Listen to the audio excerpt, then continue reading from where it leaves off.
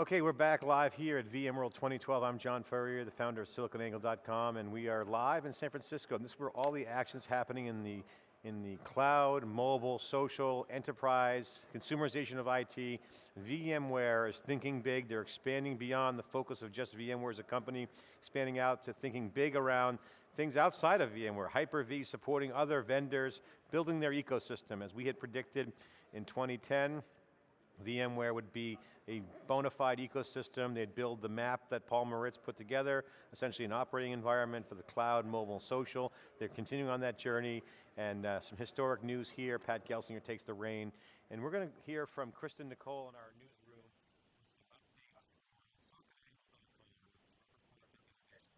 So let's hear from Kristen on the news, what's happening around the web, and of course we're live here at theCUBE at SiliconANGLE.com. We have all the coverage.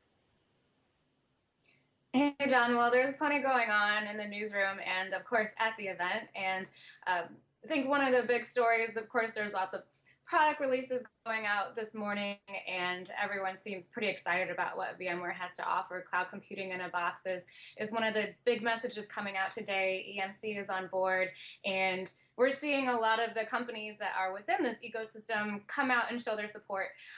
There's plenty of companies that seem like they're anxious to build more tools and provide more access to that data at the end user level, which is very much what you've been discussing with this data infrastructure. I think one of the other big stories that's been buzzing around this morning is what VMware is going to be discussing tomorrow, or rather OpenStack at their board meeting with the voting going on, and VMware's support of the OpenStack community. Seems like that's going to be one of the big talking points. So Kristen, first of all, great to see you. I want to ask you, how's the post, the guest post I put up this morning? We had a guest post from the CEO of VirtuStream called the Cloud Laundromat. How is that post doing this morning, and how does that compare to some of the news coming out of VMworld? It's been doing well. Let's see, let's check in on it here. Very controversial post in the sense that cloud washing and laundromat metaphor has always been something that the social web and the Twitter sphere has always been sensitive to, but we've been seeing a big trend towards business value. We heard that from HP, but there's still an emphasis on cloud washing. So that's why that post I find very interesting, and although conferences tend to be vanilla in their messaging, I was wondering the reaction to that relative to some of the other posts.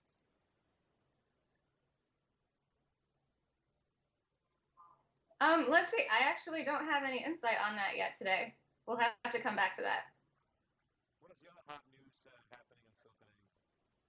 Well, one of the things that I did want to go ahead and discuss today is some of the people that have announced their product integration with VMware and really taking hold of virtualized cloud-in-a-box solutions. We did get to hear from Sumo Logic, who had some news come out, and it's really evident how people in the ecosystem are building around this concept of data accessibility, and really how data can become a common language to make that data more fluid across organizations or departments within a company and impacting it across the entire organization. I actually got to speak with Kumar from Sumo Logic about some of the things that you need to have a big data startup, especially in today's world, and having a clear vision, the big picture of how this all fits together is really important in driving business around that.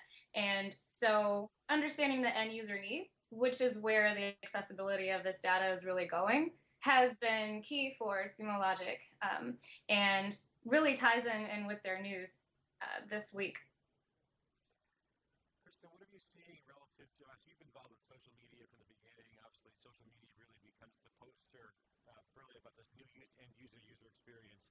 What are you seeing out in the web these days over the past couple of weeks? What trends have you noticed around what's happening in the application space above this geeky, under the hood stuff? Because here at VMworld, the big message is we're going to abstract away the complexities, put the hood down and hide that from users and applications. You've been covering the social angle as well as the cloud angle, overseeing the news flow. Have you noticed any trends around that? Like more posts, more activity, less activity? Um, can you share your thoughts on that, what your observations are? I think on the social side, we're seeing things like Google really step up and try and figure out how to make data accessible when you need it, where you need it. Google Now is probably one of the better examples of their recent initiatives in how they can put the data in the right place. What information are they taking from you, that individual data set, as well as the public data set, combining it and making it relevant to that end user, and factoring in all the tools that help them analyze that information faster, give it to you more readily, and make something usable out of it. It's really impacting outside of enterprise. It's impacting the consumer level applications as well. Kristen, we've been working together for a couple of years now. It's been great. We've seen the tide shift a little bit. I wanted to ask you specifically what you're seeing in the trends and the flows out there of the news. Obviously, we've been covering big data and cloud, mobile, and social for years, prior before anyone else. Have you seen an uptick in data stories lately, and big data in particular? Absolutely. There's been a huge surge in big data coverage and interest. If you look at some of the search trends going on the web, you can see that there's a clear growing interest in what's going on with big data. Lots of discussion around what that means. One of the things I'm most interested in is how this impacts the consumer.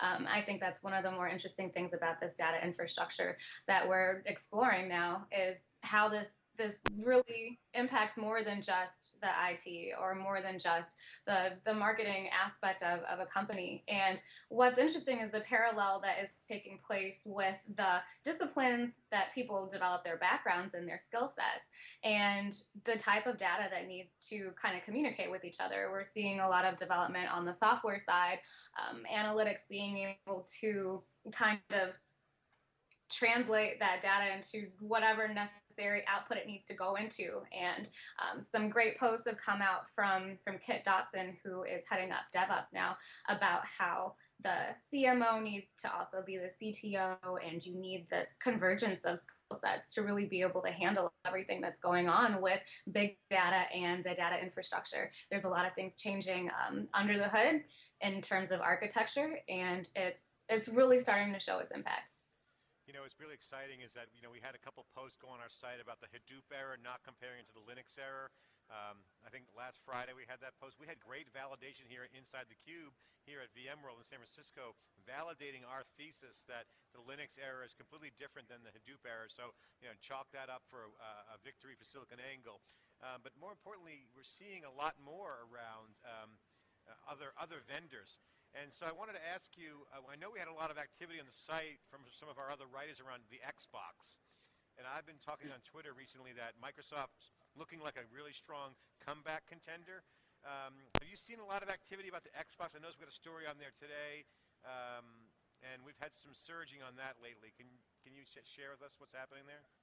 I think it always gets readers excited to see what's going on with Xbox, and it's a transient technology that goes into the home, and it speaks to the hacker community, and it has a good amount of potential in terms of what Microsoft is trying to do. And similarly to Apple and Google, trying to find the best way to put those experiences in front of the consumer and also leverage all the other things that are happening within Microsoft. How can we make software and information and data more accessible across the board?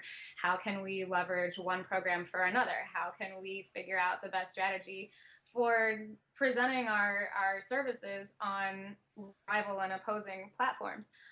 So it's always interesting to see what's going on with the Xbox community, and especially the way in which it speaks to the consumer sector. So let me ask you about obviously the hot news of the weekend, which was the Apple-Samsung verdict. So for the folks out there, Apple won the patent case infringement against Samsung. Kristen, I haven't had a chance to look at other than some of the recent updates over the weekend. What's happening in the Apple-Samsung case? Can you share there's any news? Is there anything new? I know there's a big brouhaha on the web about this. So what's the quick news on Apple, Samsung? Obviously Apple, the most valuable company in the world. Tarkin Maynard was trying to talk about IT services, and I'm like, Apple's the most valuable company in the world. They only have 8% market share. I personally believe that Apple's going to absolutely continue to steamroll the industry, and with the patent victory behind them, if they go up to double-digit share points on the PC market, they're going to absolutely destroy their earnings going forward. Something that Wall Street does not understand. That's my opinion. But I want to get a sense of, has anything changed in the Samsung case? Is there anything new that you want to share? I don't know if there's any necessarily any new developments in terms of what happened with the case. Apple won the big ruling here. There was another ruling that Samsung did not infringe on the design patent aspect of it, but there was a ruling that Samsung did infringe on another patent that was included in this case. And of course, big one for Apple. Apple and Samsung are still friends. They're continuing their partnership for um, OEMs, device manufacturing. I think that's a positive note in all of this. Things have gotten really messy between the two companies, but if they seem to be able to carry on this mutually beneficial partnership, then great, so be it. It's great for all of the iDevice users out there. The other thing that's going on, though, is people are trying to figure out what this court case means for the rest of the industry. How will it impact Microsoft? How will it impact Android as a whole? Will Apple continue to just go after some of these other Android OEMs and take them to court? They've taken a different approach than Microsoft in terms of trying to set up licensing deals. Apple's going all the way, banning rival devices across the world. So this could have an impact industry-wide. It's a wait-and-see approach. Well, Kristen, a lot of great stuff happening here in the ground. Really appreciate the remote in. Great to see you. You look fabulous. Kristen Nicole, news editor. She runs all of our news operation, as well as taking on other senior roles within SiliconANGLE's group. Great job. And Abstract Pool automates the geeky message, but ultimately it's the VMware operating system. And this is the data center of the future. It's about big data and data infrastructure. Complete validation around those two trends. Thanks for the news update. Really appreciate it. Good to see you. And we'll be right back after this break with more great interviews here inside theCUBE. That's Kristen Nicole, live from the SiliconANGLE newsroom. Looking good, and we'll see you next time.